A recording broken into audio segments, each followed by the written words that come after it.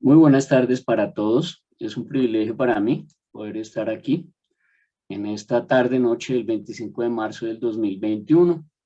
Mi nombre es Joshua Elaya Germano y bueno, muchísimas gracias por la invitación a participar de este evento de la CUT Bogotá Cundinamarca. Agradezco sobre todo a la profesora Selmira Herrera, quien funge como presidente de la CUT Bogotá Cundinamarca, y por supuesto también a la profesora Olga Rivera, quien dirige y funge como la que dirige el Departamento de Juventud y Niñez de la CUT Bogotá en Cundinamarca.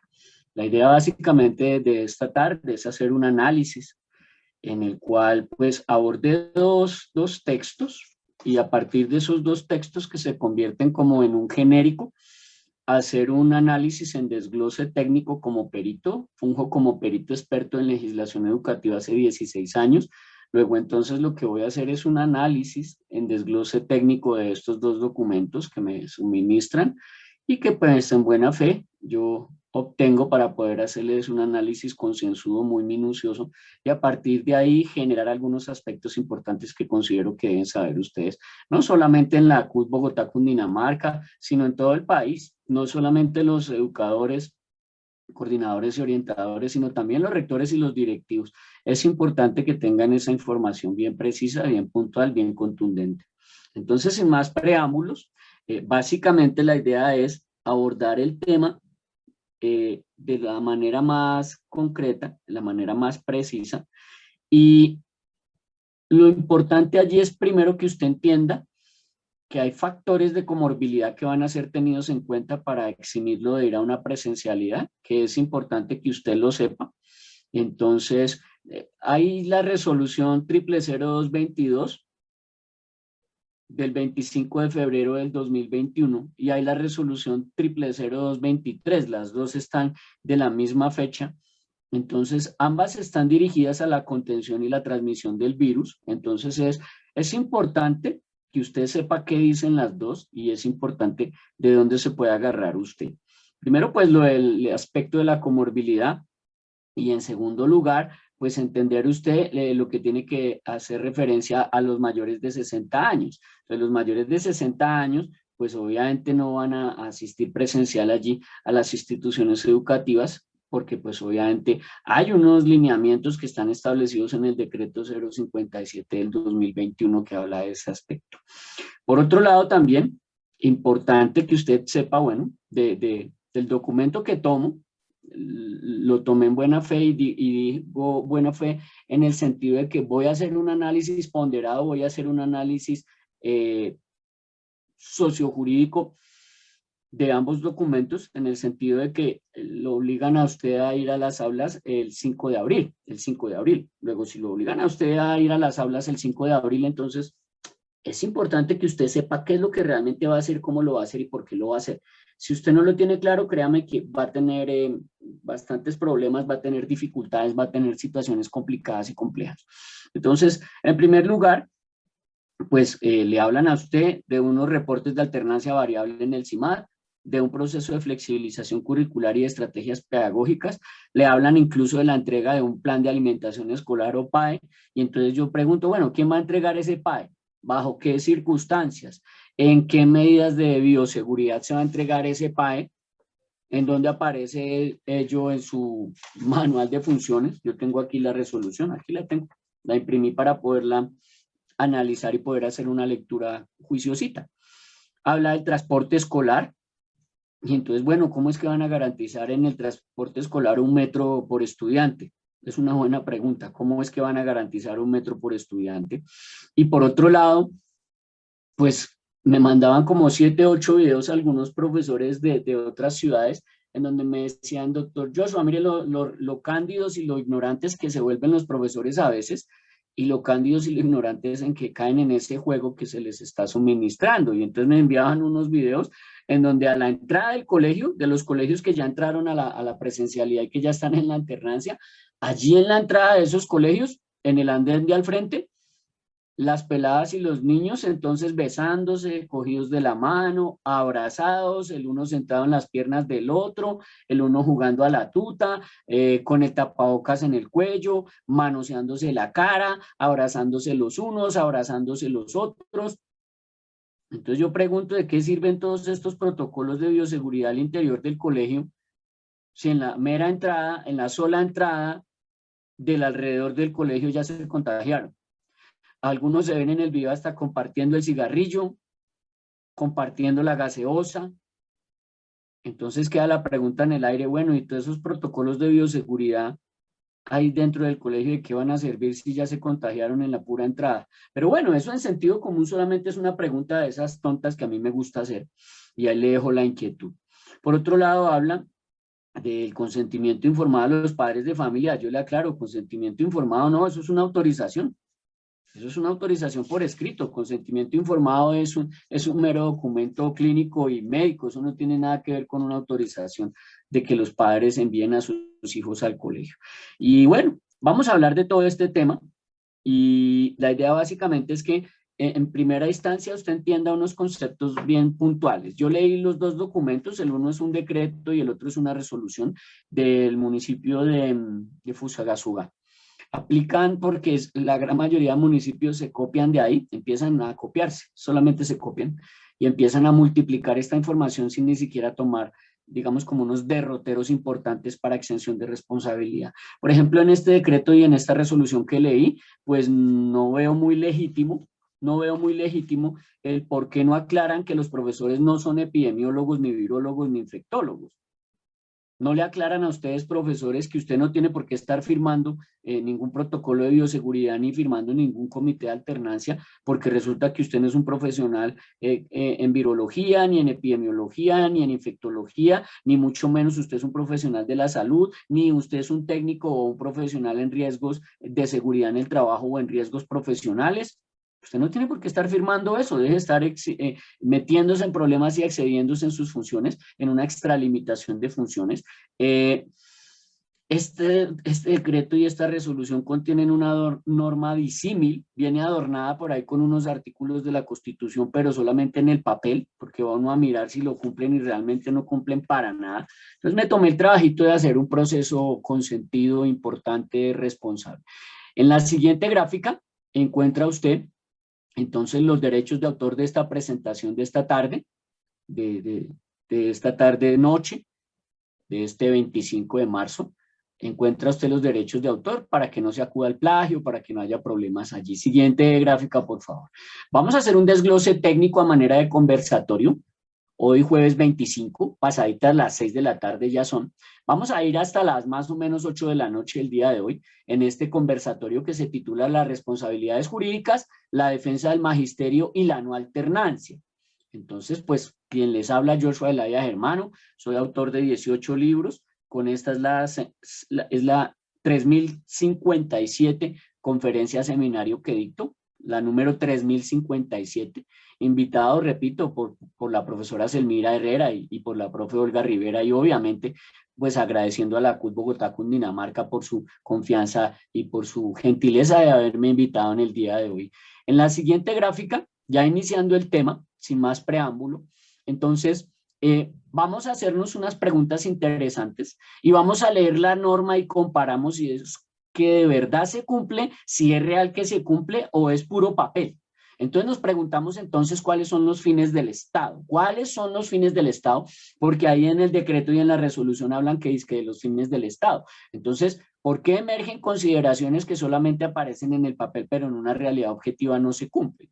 Aclarar que de ello, pues aparecen también responsabilidades por un lado en el papel, pero que también olvidan los funcionarios públicos que ostentan y que ellos tienen que cumplir. Siguiente gráfica, por favor. En la Constitución Política de Colombia, en su artículo 02, nos dicen cuáles son los fines esenciales del Estado. Y dentro de los fines esenciales del Estado está facilitar la participación de todos en las decisiones que los afectan y en la vida especialmente económica, política, administrativa y cultural de la nación. Entonces, cuando a uno le preguntan acerca de esas decisiones que afectan en la vida económica, política, administrativa y cultural de la nación, uno dice, bueno, caramba, ahí a renglón seguido dice, en ese artículo 2 de la Constitución, que las autoridades de la República están instituidas, ojo, esos son los fines reales del Estado. Están instituidos es para proteger a todas las personas residentes en Colombia en su vida. Primer renglón, en su vida, luego en su honra y en sus bienes y demás derechos, pero el primero es la vida. Entonces miremos a ver si eso se cumple en ese decreto y si se cumple en esa resolución que están sacando allí. Lo veremos. Siguiente gráfica, por favor. Entonces allí empezamos a mirar también que hablan del artículo 209 de la Constitución. O sea, lo citan ahí, pero ni siquiera le dicen a usted qué es lo que dice el artículo. Y entonces dice que la función administrativa está al servicio de los intereses generales y se desarrolla con un fundamento en unos principios. El primero de igualdad, o sea, el artículo 13 de la Constitución que dice que todos somos iguales ante la ley. Un principio de moralidad. Moralidad traduce que usted tiene unos principios morales para no mentir, no engañar, no inducir al error a la gente. Y un principio de publicidad, o sea, dar a conocer todo lo que se está haciendo. Y en el segundo inciso lo subrayé. Las autoridades administrativas, en este caso las alcaldías y las gobernaciones, y obviamente las secretarías de educación, deben coordinar sus actuaciones para el adecuado cumplimiento de los fines del Estado. ¿Cuáles son los fines del Estado? Pues ya le leí cuáles son los fines del Estado. Proteger y dejarnos participar. Eso lo encuentra usted también en la ley 137 del 94 que sigue vigente. Ay, pero es del 94, sigue vigente. Siguiente gráfica, por favor. En la siguiente gráfica encuentra usted que además del 209, el artículo 49 de la Constitución, que también lo nombran allí en esa resolución, porque uno tiene que mirar qué nombran y por qué lo nombran. Entonces leemos la norma y comparamos si es real o es puro papel, si se cumple. Y entonces en la Constitución Política, artículo 49, dice que se garantiza a todas las personas el acceso a los servicios de promoción, protección y recuperación de la salud. Entonces yo pregunto, ¿por qué entonces no se ha hecho una tutela por aquello de que los docentes y los profesores no tienen ARL? Ustedes deberían decirle a su sindicato que empiece a hacer las tutelas sobre el artículo 49 de la Constitución, porque el Estado tiene que garantizar a todas las personas, por derecho a la igualdad, artículo 13 de la Constitución, el acceso a los servicios de promoción, protección y recuperación de la salud, o sea, la ARL para los profesores, que tienen régimen especial, no están sujetos al Código Sustantivo del Trabajo, pero que su régimen es tan especial que no tienen ARL, así especiales son. Y por otro lado dice allí, en este artículo 49, que la ley, o sea, lo legislado, lo vigente, legislará y señalará los términos en los cuales la atención básica para todos los habitantes será gratuita y obligatoria. Y además, algo importante que lo puse más grandecito allí, dice es que toda persona tiene el deber de procurar el cuidado integral de su salud y la de su comunidad. Y entonces yo entiendo toda persona la ministra, toda persona el presidente, toda ministra y presidente son toda persona, a menos que sean extraterrestres o que vengan de otro planeta. O a menos que en el término de personas no sean personas. Ni los secretarios de educación, ni los alcaldes, ni los gobernadores dejen de ser personas. Porque entonces cuando ellos son toda persona, ellos también como funcionarios públicos tienen el deber de procurar el cuidado integral de su propia salud, pero también de la comunidad que está bajo su cargo. En la siguiente gráfica hablamos ya entonces de seguir comparando la norma y al tenor constitucional también en estos dos documentos. Vuelvo y repito, estoy hablando de un decreto y estoy hablando de una resolución que parten del municipio de Fusagasugá, que me lo suministraron para la lectura. Nombran y citan el artículo 95 de la Constitución, que dice que toda persona está obligada a cumplir la Constitución y las leyes, y que son unos deberes de las personas y de los ciudadanos, en el literal 2, obrar conforme al principio de solidaridad social, respondiendo con acciones humanitarias ante situaciones que pongan en peligro la vida o la salud de las personas. Luego, entonces, se necesita sentido común diferencial para poder entender por qué los funcionarios públicos están amenazando la vida, la integridad de las personas con un fin económico. Eso está más importante por encima del dinero que la vida de las personas, porque son fines económicos los que están enviando a los estudiantes a los colegios. Ese cuento de que el derecho a la educación, ese cuento barato no se compre cuentos baratos, que usted ya está grandecito, usted ya es profesor, pasó por una universidad, tiene sentido común. Eso déjeselo a otras personas que van y regalan su voto, pero usted no. Usted ya tiene sentido común y ya sabe que son intereses meramente económicos. Empieza a generarse un problema en el punto de que olvidan estas directivas, olvidan las directivas ministeriales, olvidan estos decretos, olvidan estas resoluciones, algunos artículos y se los ocultan a usted. Entonces la pregunta es, ¿por qué se olvidan? Siguiente gráfica. Y entonces empieza usted a comparar las normas que se olvidan colocar en esos decretos y resoluciones si usted se pregunta, oiga, pero ¿y por qué se les olvidó? Qué raro que me están ocultando información. Y habría que mirar qué tanto su consentimiento ha sido viciado cuando a usted por error lo están induciendo al error ocultando la información. Por ejemplo, la Constitución Política en su artículo 90 reseña que el Estado responderá patrimonialmente por los daños antijurídicos que le sean imputables y que sean causados por la acción o la omisión de las autoridades públicas. Entiende autoridades públicas los ministros, los gobernadores y los alcaldes, y obviamente los secretarios de educación. En el evento de ser condenado el Estado a una reparación patrimonial de uno de tales daños, que haya sido consecuencia o que sea producto de una conducta dolosa, o sea que hay dolo, o sea hay conocimiento, hay intención de causar el daño, o una gravemente culposa, o sea que pues yo no tenía ni la menor idea de lo que estaba haciendo y entonces yo firmé, dijo por allá un senador, yo no sabía lo que estaba firmando, dijo el senador, algo así como parecido por ahí.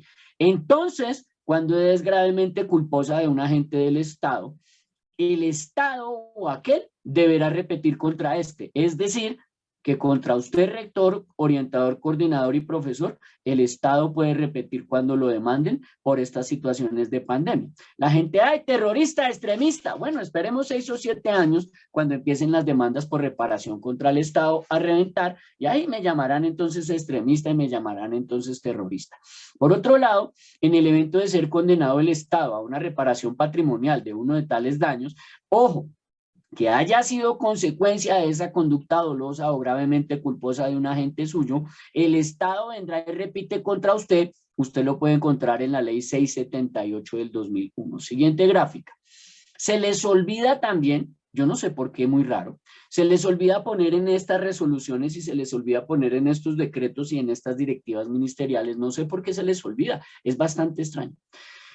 Compare las normas que se les olvidan colocar en estos decretos y resoluciones, como por ejemplo la Constitución Política, su artículo 91, que sigue vigente, que dice que en caso de una infracción manifiesta de un precepto constitucional en detrimento de una persona, o sea, de una infracción manifiesta frente al derecho a la vida, a la integridad y la salud de una persona en su detrimento, el mandato superior, o sea, el superior jerárquico que le dio la orden, no eximirá de responsabilidad a la gente que lo ejecuta. O sea, usted, rector, sabe que está violándole la vida, la integridad y la dignidad al menor, o que como mínimo se la está amenazando. ¡Ay, amenazando! Sí, amenazando. Artículo 7 de la Ley de Infancia y Adolescencia, 1098 del 2006. Artículo 7, vaya, búsquelo y mire que la mera amenaza a los derechos de un menor de edad, ya la mera amenaza es un delito. Entonces le hace el artículo 91 de la Constitución, que sigue absolutamente vigente, a ver si dice de verdad que el mandato del superior jerárquico no lo exime a usted de responsabilidad como agente que lo ejecuta. Igual a usted, profesor, que se pone ahí a obedecerle las órdenes a su rector y no se exime, porque una cosa es obedecerle las órdenes y eximirse, y entonces usted llega y dice, ah, sí, yo le recibo la orden y se la cumplo, pero usted es el responsable y que le vaya bien, y se exime. Pero otra cosa diferente es que usted recibe la orden, la cumple y no se exime. Y entonces ya veremos. Siguiente gráfica. También se les olvida, yo no sé por qué, no tengo la menoría, se les olvida el artículo 4 de la Constitución, que dice que en todo caso de incompatibilidad entre la Constitución y una ley u otra norma jurídica se aplicarán las disposiciones constitucionales. En este caso se les olvida poner en esos decretos y en esas resoluciones, pues este artículo, y colocar allí que en caso de incompatibilidad entre este decreto o esta resolución y la Constitución, se aplicará la disposición constitucional. ¿Cuál es la disposición constitucional? Siguiente gráfica. Pues la disposición constitucional que tienen que aplicar es esta. El derecho a la vida es inviolable. Yo no sé qué parte de inviolable es que no entienden y yo no sé por qué ocultan. Ah, no, mentiras, es que se les olvida, sufren de mala memoria y no se les ocurre poner el artículo 11 de la Constitución Política allí en estas resoluciones y en estos decretos. Una vaina rarísima, se les olvida, hombre. Entonces se olvidan, pero nosotros sí tenemos que hacer el ejercicio de comparar esas normas que se les olvidan, colocar a ellos en los decretos y las resoluciones porque siguen vigentes y tienen fuerza vinculante de ley, son constitucionales. Siguiente gráfica. También se les olvida, yo no sé por qué, en estas resoluciones y en estos decretos, en el 99% de los que he leído desde el 8 de marzo del año pasado, 8 de marzo del año pasado, 8 de marzo del año pasado, que iniciamos este proceso de pandemia, he leído más o menos unas 24 resoluciones y decretos, y en todas le venden a ustedes que el derecho a la educación absoluto. Yo no sé de dónde, no sé de dónde lo sacan, pero bueno, la gente es muy chistosa. Se les olvida que el artículo 44 de la Constitución Política que tiene usted ahí en pantalla dice taxativamente que los derechos fundamentales de los niños de primer orden, véalos, ahí están en el primer orden, primer renglón, son la vida, la integridad física y la salud, esa triada. Y entonces usted empieza como matemática simple a contar. Vida 1, integridad física 2, salud 3, seguridad social 4, alimentación equilibrada 5, nombre y nacionalidad 6, tener una familia y no ser separado de ella 7, el cuidado 8, el amor 9 y la educación en 10º lugar. Yo no sé por qué algunos sabios y magos llegan y ponen el derecho a la educación por encima del derecho a la vida, si el derecho a la educación está en 10º lugar, es más importante el amor, el cuidado, tener una familia y que no lo separen, el nombre y la nacionalidad, una alimentación equilibrada y una seguridad social. Tener salud, tener integridad física y tener vida, que tener educación. Pero aquí lo quieren poner de primer lugar. Ya le dije por qué. Eso de que el cuento barato de que estamos defendiendo el derecho a la educación, no sea iluso, no sea cándido. Están defendiendo intereses económicos, están legalizando dinerillos. Eso es otra cosa muy diferente. Los derechos de los niños prevalecen sobre los derechos de los demás. Yo me pregunto entonces cuáles derechos prevalecen más. El de la educación, que está en 10º lugar, yo no sé si es que el 10 está por encima del 1, yo no sé si en primaria me engañaron, porque a mí me dijeron que el 1, el 2 y el 3 eran primero y que el 10 era por allá lejos, 7 veces después. Siguiente gráfica, por favor. Otras normas que se olvidan, que yo no sé por qué olvidan colocar en estos decretos y resoluciones que he leído, otras normas que olvidaron colocar o que omiten para inducir al error, usted escoge si fue que se les olvidó o que las están omitiendo para inducirlo a usted al error, usted verá. Es el artículo 25 del Código Penal, siguiente gráfica, que el artículo 25 del Código Penal, que habla de la acción y la omisión, le aclaro, sigue absoluta, total y radicalmente vigente, y dice que la conducta punible puede ser realizada por acción o por omisión. Otra norma que obliga y que sigue vigente y que olvidan poner en inducción al error, no mentiras, es que se les olvida, realmente en buena fe, a ellos se les olvida.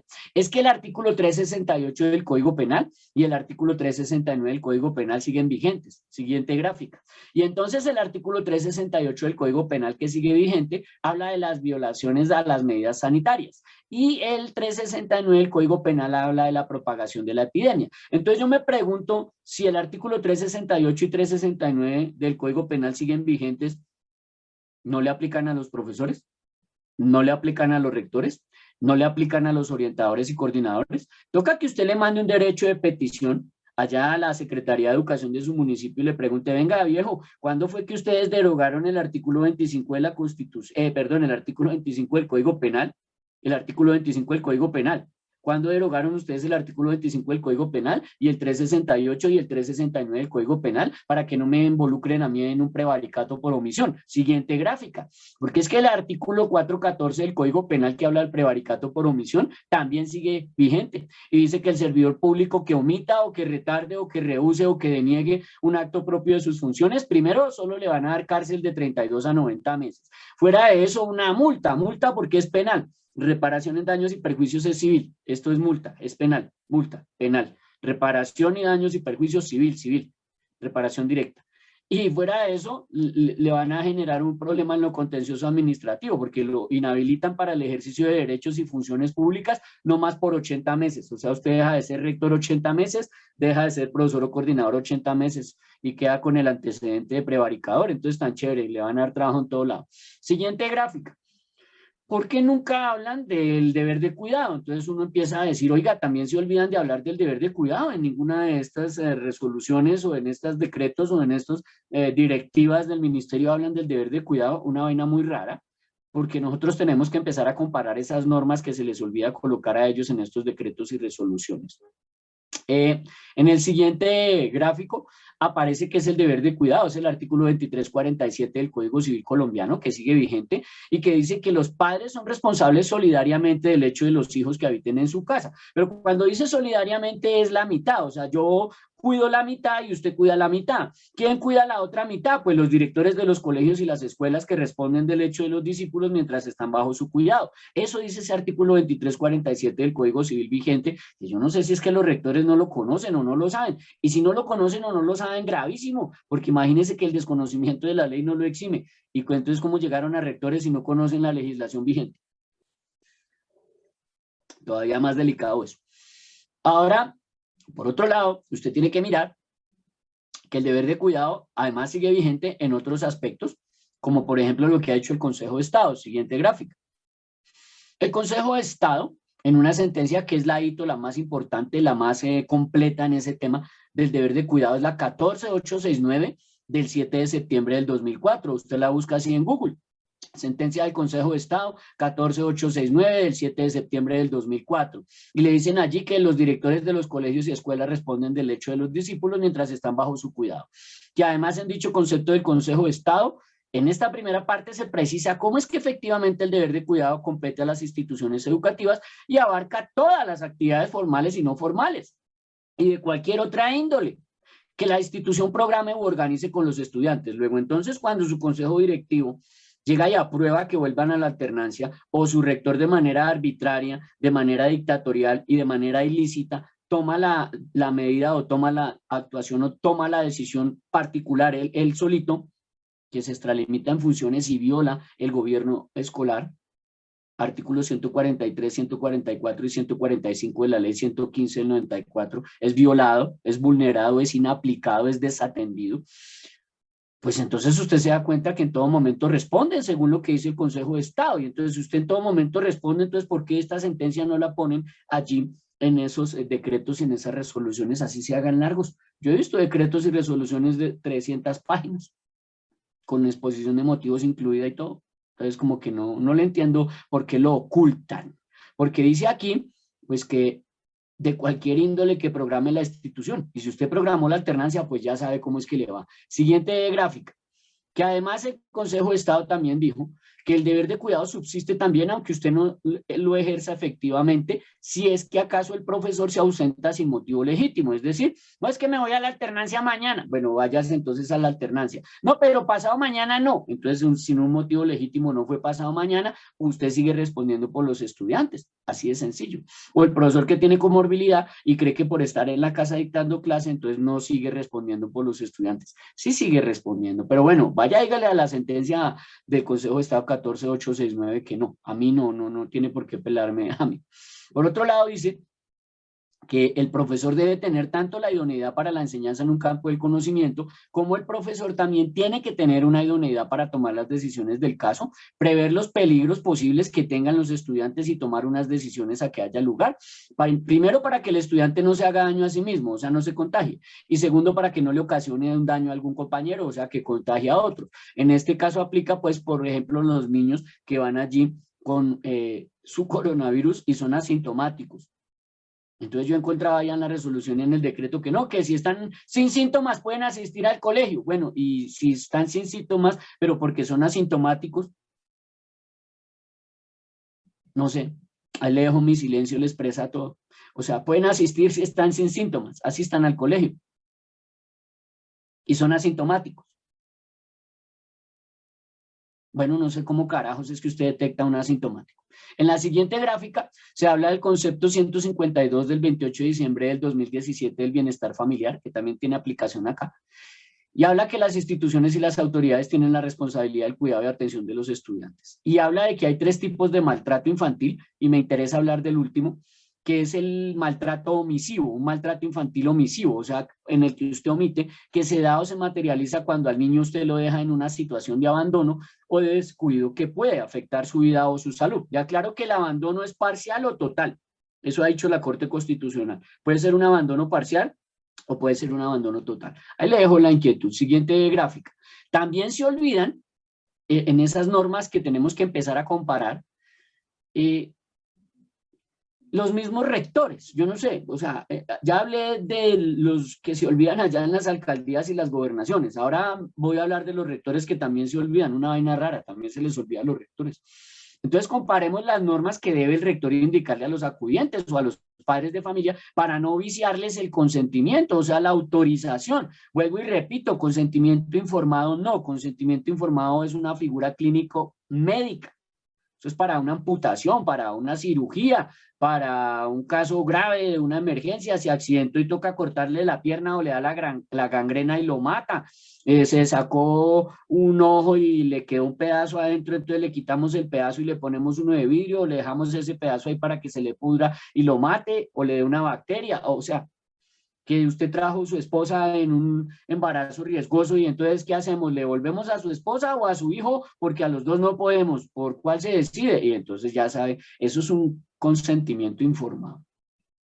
El rector, ¿qué es lo que le debe dar a conocer a los acudientes en ese documento en donde él los informa? Para que él brinde una autorización. Para que no induzcan al error a los padres de familia por ocultamiento de información o para no caer en un vicio de error. El vicio del consentimiento usted lo encuentra en el artículo 1508 del Código Civil y señala respecto a los vicios del consentimiento que los vicios de que pueda adolecer el consentimiento son tres: el error, la fuerza y el dolo. Le explico, el error, cuando yo le oculto información a usted, que es lo que están haciendo.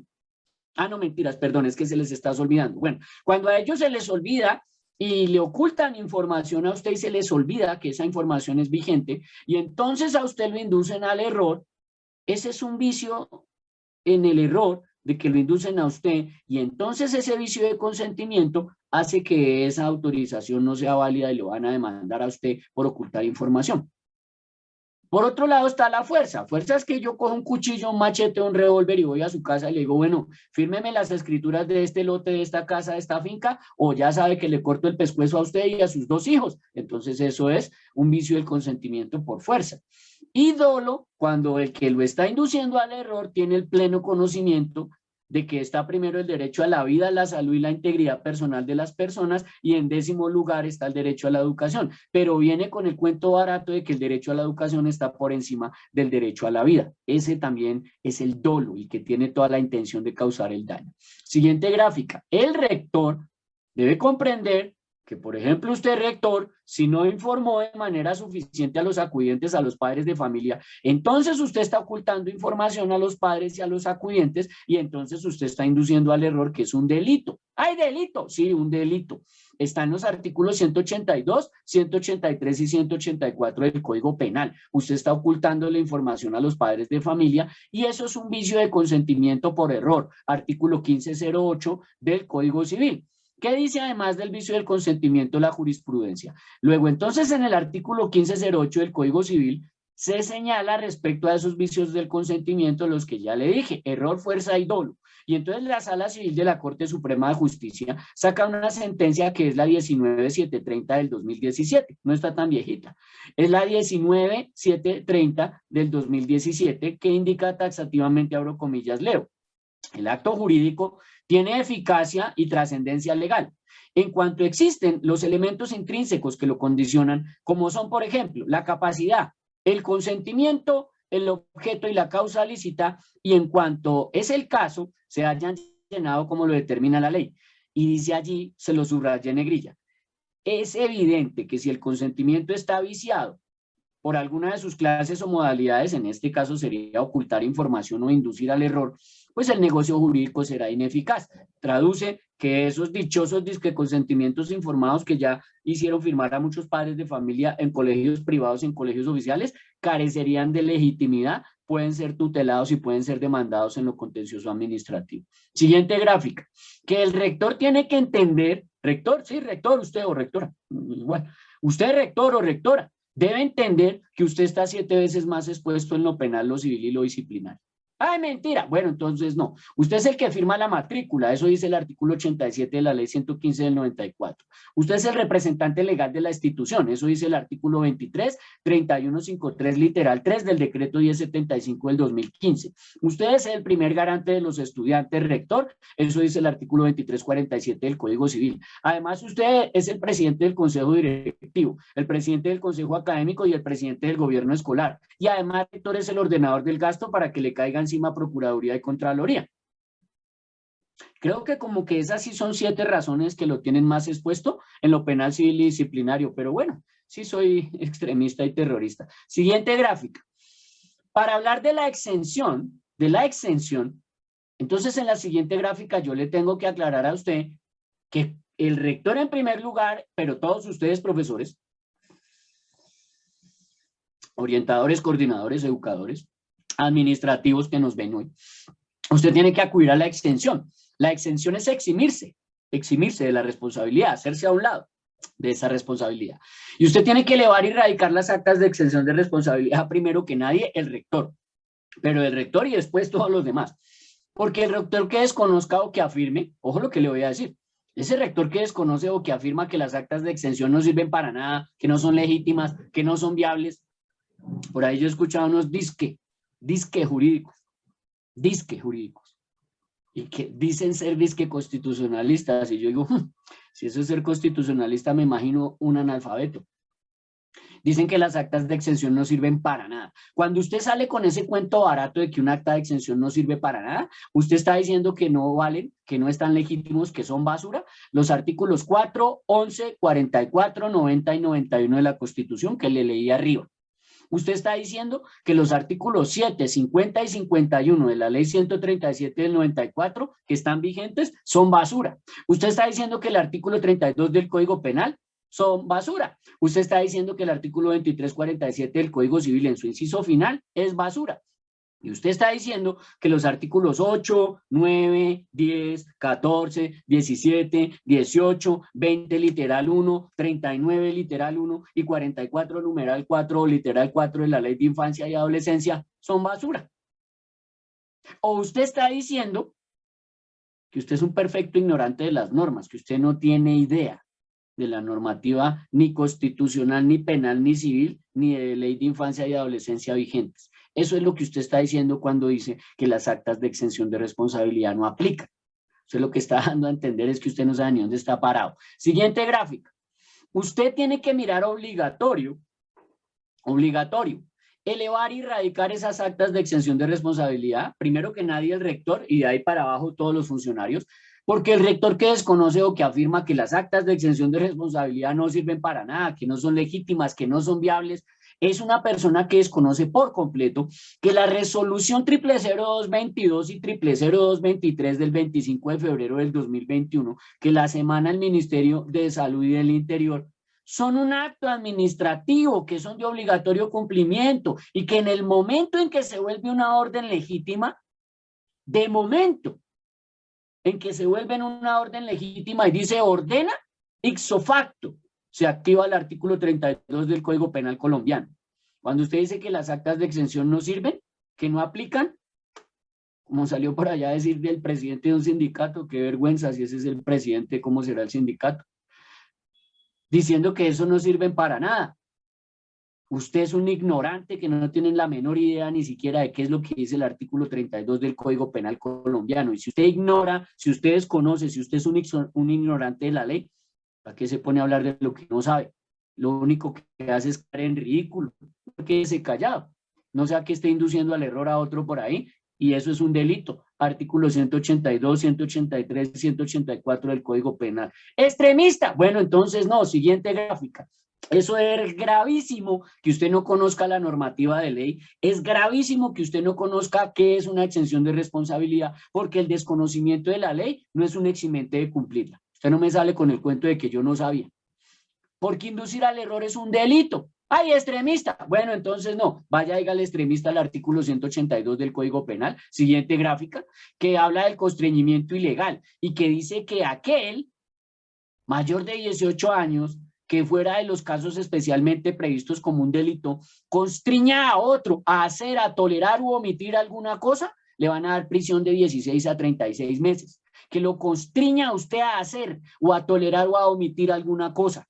O sea, el que le diga que esas actas de exención de responsabilidad no sirven para un carajo, lo está constriñendo a usted a tolerar u omitir, a tolerar que a usted le endilguen la responsabilidad y a omitir que usted se salve de esa responsabilidad. ¿Lo puede demandar? Claro que lo puede demandar. Vaya y demándelo, está demorado. Siguiente gráfica. Tiene un agravante, que es el artículo 183 del Código Penal. Se llama agravación punitiva. La pena se aumentará de una tercera parte a la mitad, o sea, le van a dar una tercera parte más de condena, o sea, que si lo llaman a 10 años, le van a dar 13 años. Cuando el agente, literal 3, ahí se lo puse un poquito grande subrayado, cuando ese delincuente, o sea, el que delinque, o sea, el que lo induce al error, abusa de su superioridad docente o laboral o similar, o sea, está en un cargo mucho más alto. Allí aplica también. Siguiente gráfica. El artículo 184 del Código Penal, que habla del constreñimiento para delinquir, dice que el que constriña a otro a cometer una conducta punible, siempre que ésta no constituya un delito sancionado con una pena mayor, le van a dar de 16 a 54 meses. Eso le explica a usted el por qué usted, si no sabe de derecho o no tiene claro las normas legales vigentes o su interpretación, o por lo menos si no las interpreta porque no es abogado, como me salió una rectora en Barranquilla, es que yo no soy abogada. Ah, bueno, sí señora, pero es que, ¿quién le dijo a usted que los abogados son los únicos que tienen que saberse la ley? Y aplicar la ley y obedecer la ley. Yo no sé cómo llegó usted a rectora. Los rectores son los primeros que tienen que conocer la ley, porque los rectores son los primeros que constriñen allá a sus profesores a cometer errores, omisiones, acciones. Pero bueno, extremista, sí, extremista. Entonces ya sabe, ¿no? 182, 183 y 184 del Código Penal vigentes. Siguiente gráfica. Si usted no se exime, usted debería entender, no sé si lo entienda, no tengo la menor idea si usted lo entiende. Si usted no entiende, que debe hacer una reflexión. ¿Cuál es la reflexión? La reflexión es que a las secretarías de educación, ¿usted cree que les conviene que usted se exima? Porque si usted no se exime, pues usted responde. Pero si usted responde, pues usted está eximiendo a la Secretaría de Educación, que es a la que le corresponde. Entonces reflexione. Si usted no se exime, usted va a responder. Y al responder usted, queda eximida la Secretaría de Educación. Ahí le dejo la reflexión. Siguiente gráfica. Para esos que salen con ese cuento barato, ignorante, irresponsable, temerario, de que la exención de responsabilidad no existe, de que las astas no sirven para nada, entonces ahí le tengo el Código Penal, artículo 32, absolutamente vigente. A ver si es que hablan más bufonadas y más tonterías induciendo al error a la gente, hablando bobadas de lo que no saben. Pero se hacen llamar disque expertos y se hacen llamar disque constitucionalistas. Y yo que soy un mero perito, yo soy un simple perito, yo soy un solo perito, solo soy un perito experto. Artículo 408 de la ley 906 del 2004. Soy un mero perito, un simple perito, y sí me conozco toda esta normatividad, porque llevo 16 años en este cuento, porque llevo 18 libros. Los 18 libros que escribí no me salieron en un tamal. Ni llevo 3056 conferencias con esta, porque me salieron en una rifa o en un tamal. De pronto es porque he leído, me he instruido, me he preparado, pero yo no salgo a decir tonterías y bufonadas para inducir al error a la gente. Nunca digo yo pienso, yo creo, yo pensaba, no. Yo le digo el artículo dice tal, el artículo dice tal, la ley dice tal. Vaya, léala, usted está grande, tiene comprensión de lectura, usted tiene sentido común, la analiza, la interpreta y que le vaya bien.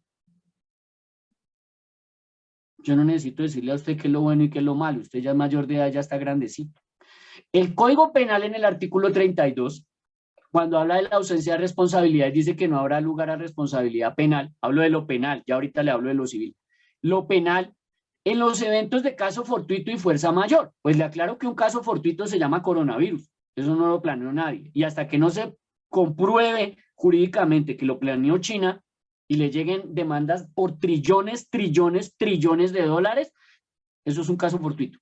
Una fuerza mayor que se llama la fuerza de la naturaleza en pandemia, que no ha sido controlada y no la van a controlar en 4 o 5 años. 2, que usted actúa con el consentimiento válidamente emitido por parte del titular del bien jurídico en los casos que se puede disponer del mismo. Se llama patria potestad, artículo 288 del Código Civil, y usted actúa con el consentimiento válidamente emitido por una firma del titular del bien jurídico de la vida, integridad y personalidad y la integridad de su hijo, que es el papá, que la tiene por patria potestad. 3, que usted obra en un estricto cumplimiento de un deber legal. ¿Cuál es su deber legal? Cumplir sus funciones, porque si no se va de prevaricato por omisión. Siguiente gráfica. El literal 4 es el que más me gusta, me interesa y me encanta, porque allí es donde usted se exime taxativamente. No habrá lugar a responsabilidad penal, dice el artículo 32 del Código Penal, cuando usted obra en cumplimiento de una orden legítima de una autoridad competente que ha sido emitida con formalidades legales. Entonces, cuando usted me muestra ese decreto allá de FUSA, cuando usted me muestra esa resolución allá de FUSA, cuando yo veo la 00222 y la 00223 del 25 de febrero de 2021, emanadas del Ministerio de Salud, de la alcaldía, yo digo, ¿usted está obrando en cumplimiento de una orden legítima de una autoridad competente? Y fue emitida con las formalidades legales, o sea, viene con los membretes del ministerio, viene con los membretes de la alcaldía, ellos responden. Usted no sabe el favor que le hicieron. Artículo 32 del Código Penal, literal 5, se obra en legítimo ejercicio de un cargo público, y literal 8, usted obra bajo una insuperable coacción ajena. El Ministerio de Salud por un lado, la alcaldía por el otro, la Secretaría de Educación por el otro y el rector por el otro. Insuperable coacción ajena. Siguiente gráfica.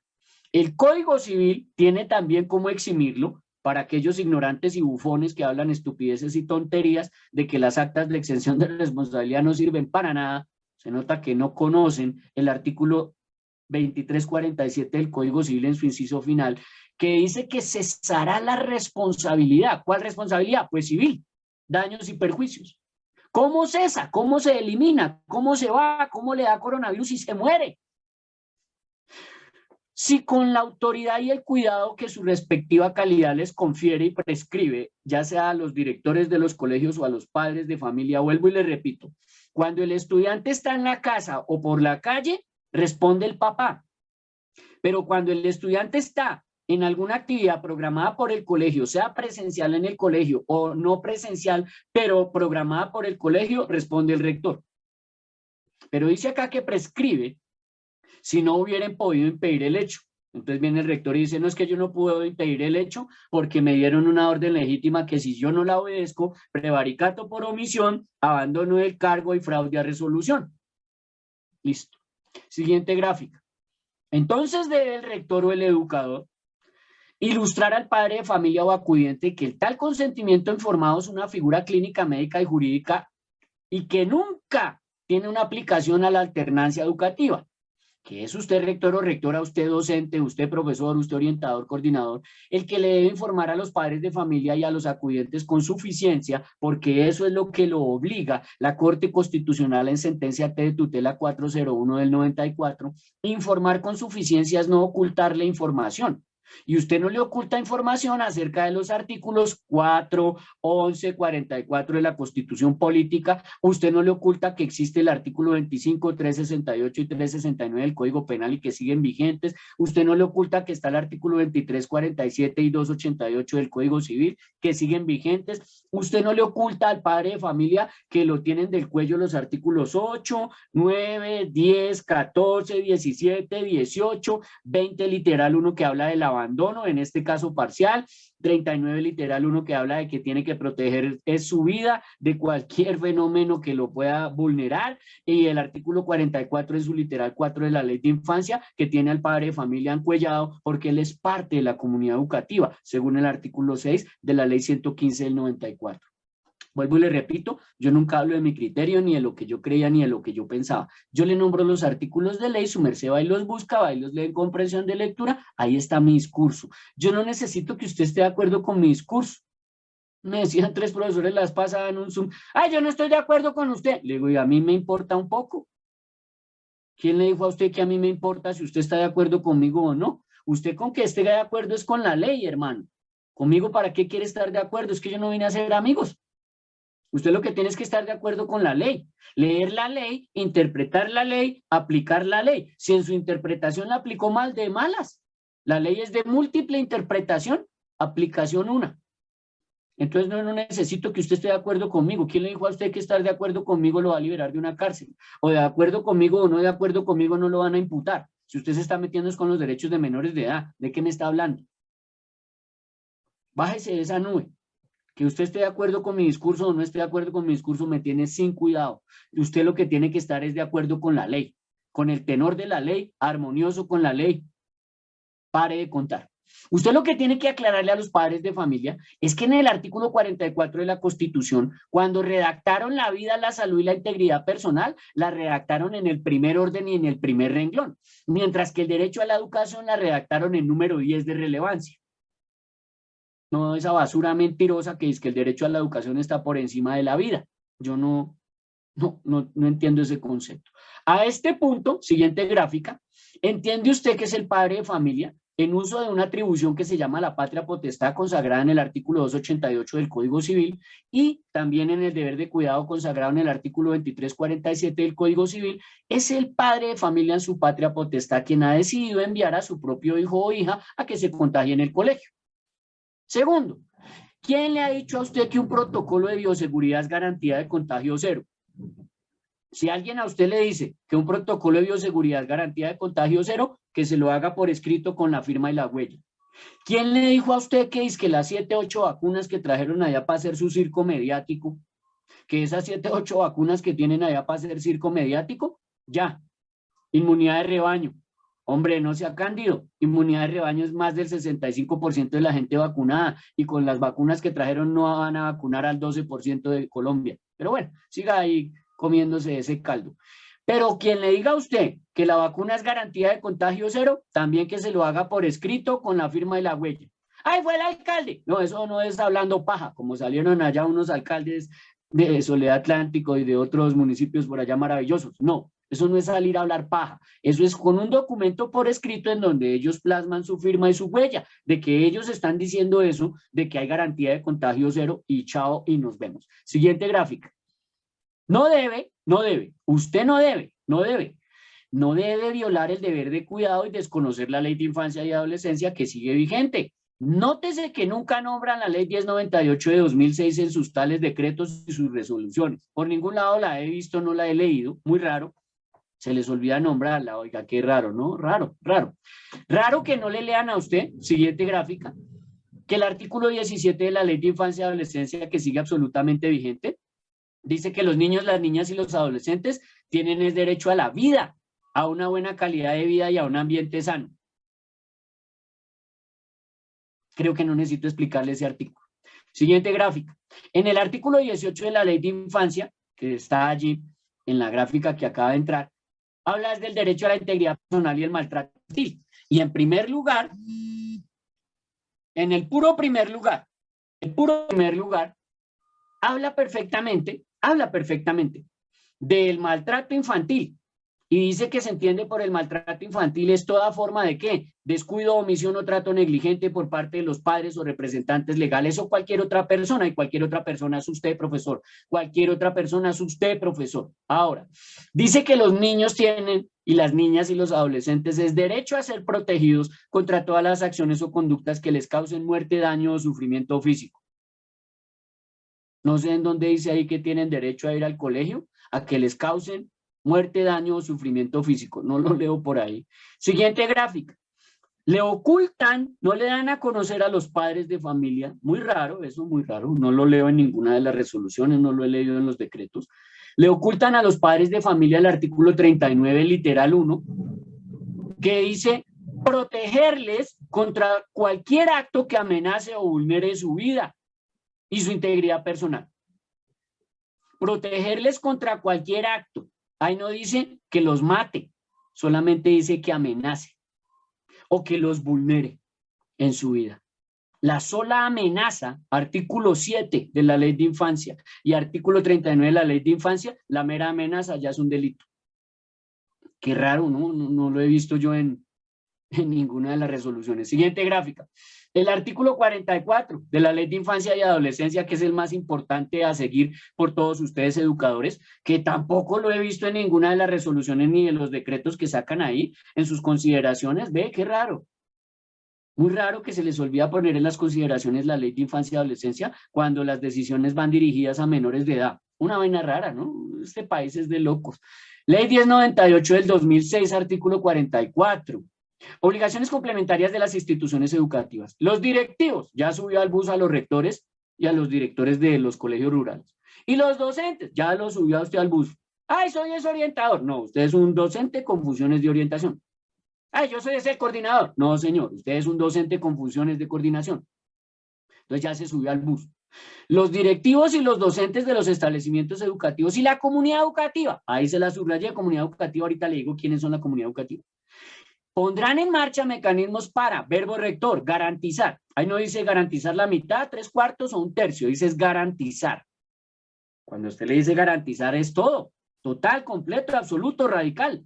El pleno respeto. El pleno no es la mitad ni 3/4, como dijo la secretaria de Educación de Bogotá. Aquí lo puedo decir y lo dejo grabado. Ella salió en un noticiero a decir que sí sabemos que se van a contagiar unos pelados, pero son poquitos. Sí sabemos que van a haber contagios, pero son poquitos. Eso no dice la Ley de Infancia. Ahí no dice garantizar a unos niños, niñas y adolescentes y a otros poquitos no. El pleno respeto, o sea que pleno traduce a unos poquitos no, en el diccionario de algunos. Pleno traduce a unos poquitos no, en ese diccionario de algunos. Diccionario bien raro esa etimología. El pleno respeto a su vida y su integridad física y moral dentro de la convivencia escolar. ¿Quién lo tiene que garantizar? La comunidad educativa. ¿Quién es la comunidad educativa? Entonces usted hace la tarea, siguiente gráfica, va y hace como yo hice, va a la ley 115 del 94, lee el artículo 6 de la ley 115 del 94, Ley General de Educación, que le dice quién es la comunidad educativa y le dice que la comunidad educativa está conformada por los estudiantes y los educandos, los señores educadores, los padres de familia, los acudientes de los estudiantes, los egresados o exalumnos, los directivos docentes, o sea, los rectores y los directores, y los administradores escolares, en este caso los de los colegios privados. Ellos son la comunidad educativa. Hay falta que usted entienda también que entre administradores escolares están los administrativos, que deben tener voz y voto allá en el consejo directivo. Ellos tienen que tutelar sobre este artículo 6 de la ley 115 del 94 su acceso como miembros de la comunidad educativa al consejo directivo con voz y con voto. Ahí le dejo esa perla. Siguiente gráfica. Que la ley 1952 del 2019 lo libera a usted de lo disciplinario. Ya le dije cómo liberarse de lo penal. Ya le dije cómo liberarse de lo civil. Ahora le voy a dar unas pautas para poderse usted liberar de lo disciplinario. Entonces me decían algunos, ay, pero es que usted nombra una ley que no está en vigencia. Ay, hermano, dice exactamente lo mismo en la anterior, entonces, ¿por qué es la tontería? Si en las dos normas dice lo mismo, utilice cualquiera de las dos, porque dice exactamente lo mismo en analogía. La ley 1952 del 2019, artículo 39, habla de las prohibiciones y dice que a todo servidor público, ahí no dice la mitad de los servidores públicos, 1/3 o 3/4, dice a todo servidor público le está prohibido. A todo servidor público le está prohibido. 1. Incumplir los deberes o abusar de sus derechos o extralimitar sus funciones. 2. Ahí se lo puse subrayado y grande. Imponerle a otro servidor público, 1. Trabajos ajenos a sus funciones. Entonces usted llega y pregunta, oiga, ¿en dónde dice que dentro de mis funciones es estar entregando el PAE y que yo soy domiciliario del PAE o yo soy un entregador del PAE? A mí el PAE no me da sueldo y yo no soy empleado del PAE. Ni puedo recibir sueldo del PAE ni sueldo también de profesor. 2. Impedirle el cumplimiento de sus deberes. ¿Cuáles son sus deberes? Primero los constitucionales, luego los penales, luego los civiles y ahí sí los administrativos y disciplinarios. Espero que me haya entendido esa parte. Siguiente gráfica. Para los que pelean, ¡ay, el Código Disciplinario Único! Pues también en el artículo 27 del Código Disciplinario Único en la Ley 734 del 2002 dice exactamente lo mismo, es lo mismo. En el artículo 27 habla de la acción y la omisión. Dice que las faltas disciplinarias se realizan por acción u omisión en el cumplimiento de los deberes propios del cargo o función o con ocasión de ellos o por extralimitación de funciones. Lo mismo que decía el otro. Cuando se tiene el deber jurídico de impedir un resultado y no evitarlo, pudiendo hacerlo, equivale a producirlo. Artículo 27 de la ley 734 del 2002. Vaya, búsquela a ver. Y después dice, ese mismo Código Disciplinario Único, ley 734 del 2002, en su literal segundo, ¿cuáles son taxativas las prohibiciones? Extralimitar las funciones e imponer a otro servidor público trabajos ajenos a sus funciones o impedirle el cumplimiento de sus deberes. Tanto la 734 del 2002 como la 1952 del 2019 dicen lo mismo. Exactamente lo mismo. Siguiente gráfica. Porque además se olvidan de estas normas que le acabo de decir hasta acá, que son taxativas, que siguen vigentes y que usted tiene que comparar esas normas con las que le ponen allá en los decretos y resoluciones y lo inducen a usted al error, haciéndole creer un pocotón de cosas. Siguiente gráfica. Usted tiene que reflexionar. ¿Por qué olvidan tanto indicar estas normas taxativas y vigentes en esos decretos y resoluciones? Pregúntese. Siguiente gráfica. Le aclaro acá. Las directivas y las resoluciones son de obligatorio cumplimiento y mientras no estén sujetas a un control constitucional que las derogue, seguirán vigentes y son de obligatorio cumplimiento. Usted está obligado a cumplirlas, pero debe entender usted, muy claro se lo digo, que usted tiene que manifestar una reserva de cumplimiento que se llama exención de responsabilidad, que traduce, yo rector le obedezco, yo voy a ir al colegio, pero de cualquier contagio que se presente, usted es el que va a responder porque usted me está dando una orden legítima a mí de que yo regrese al colegio. Yo voy a ir a dictar las clases porque no puedo incurrir en abandono del cargo, ni prevaricato por omisión, ni fraude a resolución, porque a eso me expongo yo al cumplir o no cumplir. Pero usted, rector, es el que responde porque yo decido ir, pero usted es el que responde, yo me eximo.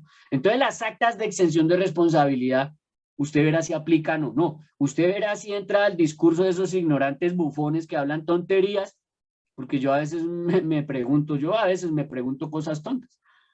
Y yo digo, oiga, ¿quién es más ignorante y quién es más bufón? ¿El que se pone a hablar estupideces y tonterías para inducir al error a la otra gente? ¿O la otra gente que le crea semejante bufón? No he podido saber quién es más ignorante ahí. No. El sentido común no me alcanza para allá. En la siguiente gráfica, le aclaro para ir cerrando, porque ya vamos cerrando. Le hablo de la sentencia del Consejo de Estado en sala plena de lo contencioso administrativo. La sentencia es del 15 de enero del 2021, pero salió el viernes pasado a la luz. Muy raro que solo salga el viernes pasado a la luz, si es del 15 de enero del 2021, y que justo salga una semanita en la que se habló de la 000222 y 223 del 25 de febrero del 2021. Una vaina rara, ¿no les parece? Salen esas resoluciones 10 días después de esta sentencia. Bien raro, pero la sentencia no salió a la luz. Bueno, unas cosas idiotas que le da uno por pensar. En el segundo punto, dice advertir al Ministerio de Educación Nacional y a las Secretarías de Educación de las entidades territoriales a que se refiere la Directiva 11 del 2020, que es su obligación, o sea, les está dando una orden. Velar porque todos los prestadores del servicio educativo avancen de manera cierta, segura y decidida en la definición de las condiciones que permitan el retorno gradual y progresivo de los alumnos a las aulas, con plena observancia, aquí es lo que me interesa, con plena observancia de las normas de bioseguridad previstas por las autoridades nacionales. Plena observancia es que cumplen todos los protocolos, que usted, profesor, no se pone a firmar protocolos, que usted no firma ningún documento de protocolos, ni usted de vigilancia, ni de inspección, ni de control, porque usted no es un agente clínico, médico, biológico idóneo, porque usted no es experto o técnico o profesional en riesgos en salud o riesgos en el trabajo, porque usted no puede creer que una matriz de riesgo sea lo mismo que un plan de riesgo y sea lo mismo que unos lineamientos. Si usted no sabe ni cuál es la diferencia entre una matriz de riesgo, un plan de riesgo y unos lineamientos, ¿usted qué carajos es lo que está firmando? Yo no tengo por qué estar firmando de lo que yo no sé ni de lo que yo sé hablar. Y por otro lado, dice acá, esta sentencia del Consejo de Estado, que es órgano de cierre en lo contencioso administrativo, que además de eso tienen que prever el manejo de aquellas situaciones particulares que por decisión libre e informada, ahí lo subrayé, decisión libre e informada de los padres de familia, o sea que usted no le ocultó información a los padres de familia. Y si esos padres de familia en una decisión libre, por la información que usted les brindó sin ocultarles información, ameritan un tratamiento distinto, o sea que sí se quieren quedar en la casa. O sea que hay las dos opciones según esta sentencia del Consejo de Estado. Siguiente gráfica. Usted no viola las normas legisladas y vigentes. ¿Quién le dijo a usted que usted es un epidemiólogo, infectólogo, virólogo para estar ustedes que verificando protocolos de bioseguridad? ¿Usted es idóneo? ¿Usted es experto? ¿O usted se está extralimitando en funciones? Vaya, revise la resolución 4502 del 2012. Vaya, revise la ley 1562 de 2012. Siguiente gráfica. Ni usted ni ningún educador funge de virólogo, epidemiólogo o infectólogo, pero usted tampoco puede creer ese discurso que le dicen a usted que incurra en un desacato, en un abandono del cargo o en un fraude de resolución. Pero quien lo haga y le diga a usted que no vaya, que le firme un documento en el cual lo exime de tales imputaciones por desacato, abandono del cargo o fraude de resolución, si es que acaso tienen tal facultad. La ley 137 del 94, que sigue vigente, siguiente gráfica, en su artículo 7º habla de la vigencia del Estado de Derecho. El Estado de Derecho en Colombia está en el artículo 1 y 2 de la Constitución, y así sea en el papel, así sea mentira, así sea basura, es un Estado social de derecho. Ahí no es Estado social de desobediencia civil, dice es Estado social de derecho, que traduce conducto regular y traduce debido proceso. En ningún caso se podrá afectar el núcleo esencial de los derechos fundamentales. En este caso le están violando. Pero dice acá que el estado de excepción es un régimen de legalidad. Se lo puse un poquito grande a ver si lo entiende. Cuando le dice a usted que el estado de excepción es un régimen de legalidad, traduce que el debido proceso y el conducto regular no murieron, no fallecieron y no les dio coronavirus. Traduce que es un régimen de legalidad que tiene que seguir observando el debido proceso y el conducto regular. Por lo tanto, no se podrán cometer arbitrariedades o pretexto de su declaración. Y cuando un derecho o una libertad fundamental pueda ser restringido o su ejercicio reglamentado mediante decretos legislativos de estados de excepción, como en este caso, estos decretos legislativos no podrán afectar el núcleo esencial de tales derechos y libertades, como si lo están haciendo. Pero eso hay que demandarlo ante lo contencioso administrativo que se llama el Consejo de Estado. El artículo 50, que tampoco aparece en estos tres, es muy raro, o sea, a mí se me hace rarísimo. Estos tres artículos no aparecen en ninguno de los decretos y en ninguna de las resoluciones que yo he leído. Ni siquiera los nombra el Consejo de Estado ahí en su fallo, una vaina rarísima. El artículo 50 de la ley 137 del 94 vigente habla de los derechos sociales de los trabajadores y dice que de conformidad con la Constitución, que es el artículo que se deben saber de memoria los sindicalistas, de memoria, sí, de memoria, artículo 50 de la ley 137 del 94, de conformidad con la Constitución en su artículo 215 de la Constitución, para los que no saben, van y lo buscan, artículo 215 de la Carta Política, de conformidad con la Constitución en ningún caso el gobierno podrá desmejorar los derechos sociales de los trabajadores mediante los decretos legislativos dictados durante el estado de emergencia. No los veo tutelar eso.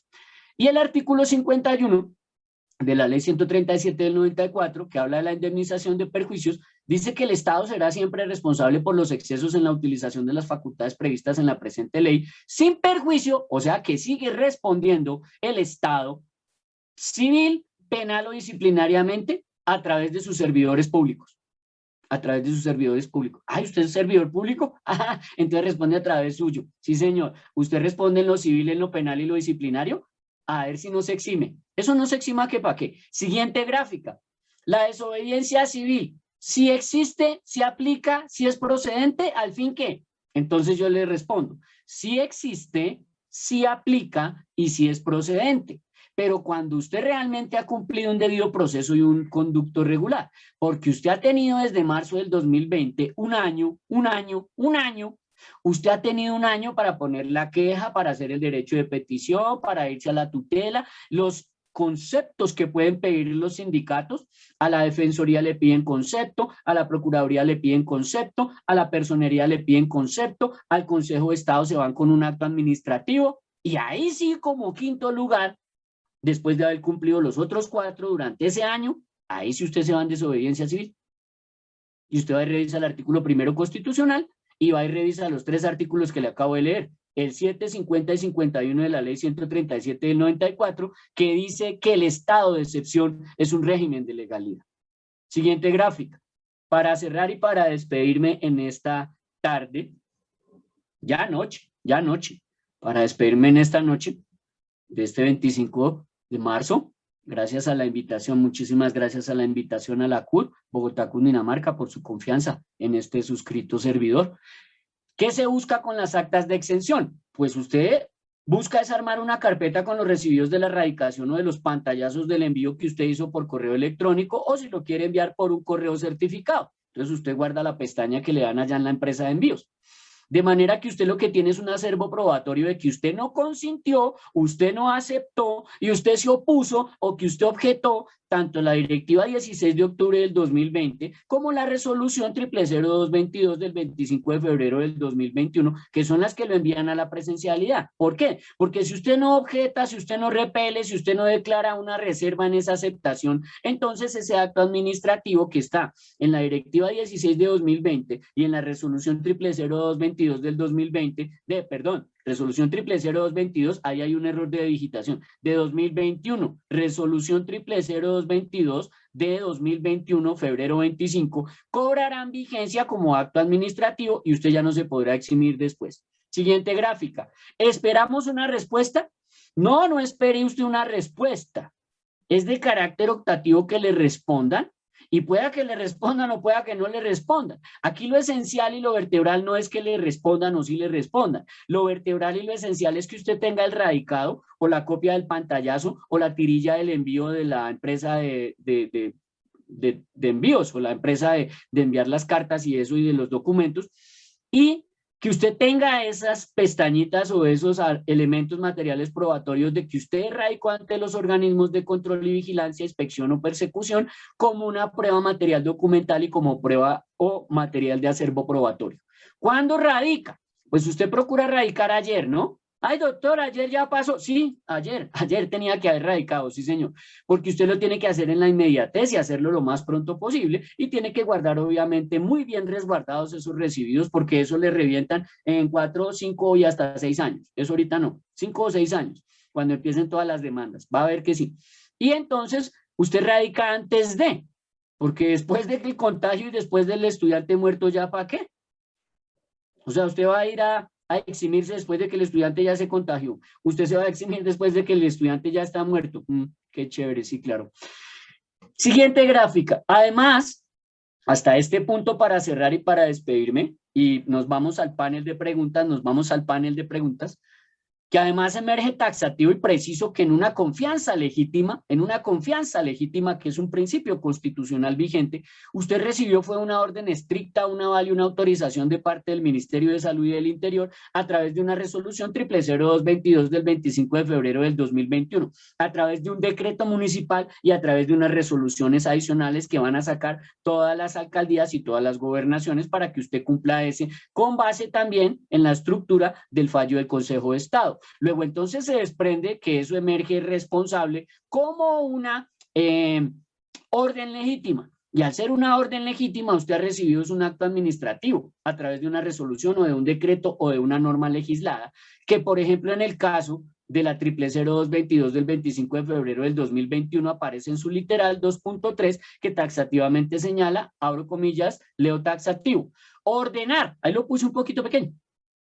¿Ordenar a quién? A las entidades territoriales y a los particulares, o sea, ordenar a gobernaciones, alcaldías, secretarías de educación y a los colegios privados, que adopten todas las medidas para garantizar el retorno gradual, progresivo y seguro de los niños, niñas y adolescentes a la presencialidad. Cuando le dice ordenar, es lo que necesitábamos. El Estado responde. ¡Ay! Sí, responde el Estado.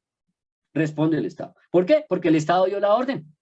¿En dónde? Ay, pues en esa directiva, hombre, en esa resolución, en ese documento legítimo, le están dando una orden legítima a las entidades territoriales y a los particulares, por consiguiente el Estado responde por todos los daños y perjuicios, los contagios y las muertes que puedan ocurrir en los colegios. Ay, ¿quién? El Ministerio de Salud, porque ellos están mandando a los estudiantes menores de edad a los colegios y usted en legítima confianza está diciendo, si los mandan allá es porque ellos ya hicieron un estudio científico, ellos ya hicieron las pruebas, ellos ya hicieron todos los estudios médico-clínicos para decir que el coronavirus ya no es fatal, que ya no se van a contagiar, que ya no se van a morir y que usted tampoco se va a morir. Porque no pueden estar violando el artículo 11 de la Constitución, ni el artículo 25 del Código Penal, ni el 368 y 369 del Código Penal, ni pueden estar violando el artículo 17, ni el artículo 18 de la Ley de Infancia, ni el 39 literal 1 de la Ley de Infancia, ni el 44 numeral 4 de la Ley de Infancia. Entonces ya entiende usted y dice, ya sé por qué es tan importante y por qué Joshua decía que esa resolución no saben el favor que nos hicieron. Ahora sí ya lo entendió. Siguiente gráfica para ir cerrando y despedirnos. Comprenderá usted entonces finalmente en esta tarde, noche, en esta tarde, noche, que usted recibió fue una orden legítima y que esa orden legítima activa de inmediato el artículo 32 del Código Penal. Ese es el final del discurso de esta noche con ustedes. La orden legítima activa de inmediato la exención de responsabilidad que reposa en el artículo 32 del Código Penal y activa de inmediato el artículo 2347 del Código Civil en su inciso final para que usted se exima. En la siguiente gráfica usted encontrará mi número de contacto WhatsApp. No me llame, solo sirve para WhatsApp. Mi número de WhatsApp. Allí encuentra usted mi número de WhatsApp para que usted me contacte, para que usted pueda tener más información si así la requiere, de las actas especiales que usted utiliza para exención de responsabilidad, que son 3. Si usted las requiere o las necesita, pues ahí a través de ese WhatsApp usted me escribe. Que finalmente el discurso de todo esto es, si usted se exime, tiene posibilidades de salir avante. Si usted no se exime, ya sabe cómo es cuando se contagie un estudiante o se le muera un estudiante. No hay condiciones de seguridad ni de salubridad en salud ahorita, valga la redundancia. No hay salubridad y no hay salud. Salubridad es una cosa y salud es otra. No hay esas condiciones en este momento para enviar a los estudiantes y mucho menos el 5 de marzo que llegan, 5 de abril, reitero, 5 de abril. No hay condiciones para que después de Semana Santa, que todo el mundo se contagió lo más de bonito, vayan y multipliquen el virus y el contagio en los colegios. Pero bueno, ese es el sentido común de los dirigentes y de los gobernantes. Ese es su sentido común. Ahí le demuestran qué tipo de personajes son los que dirigen los rumbos de este país. Entonces, pasamos ya a un Brexit en donde las personas que están aquí dirigiendo esta invitación, que son la profesora Selmira Herrera como presidenta de la CUT Bogotá, Cundinamarca, y la profesora Olga Rivera, que es la directora del Departamento de Juventud y Niñez de la CUT Bogotá, Cundinamarca. Ellas me harán algunas preguntas con base en esta estructura, con base en esta disertación, con base en este compartir, con base en este, digamos, este pequeño tiempo que tuve para poder darles a ustedes unos artículos de ley que seguramente les serán útiles, que seguramente les servirán y que seguramente nos van a ilustrar. Entonces, ahora sí, a las dos personas que manejan la parte ya de la orientación, aquí como coordinadoras, como las personas que me invitaron, como las que dirigen este coloquio interesante y bonito. Entonces las moderadoras, la profe Selmira y la profe Olga me harán las preguntas y yo con mucho gusto voy a acudir a responderlas.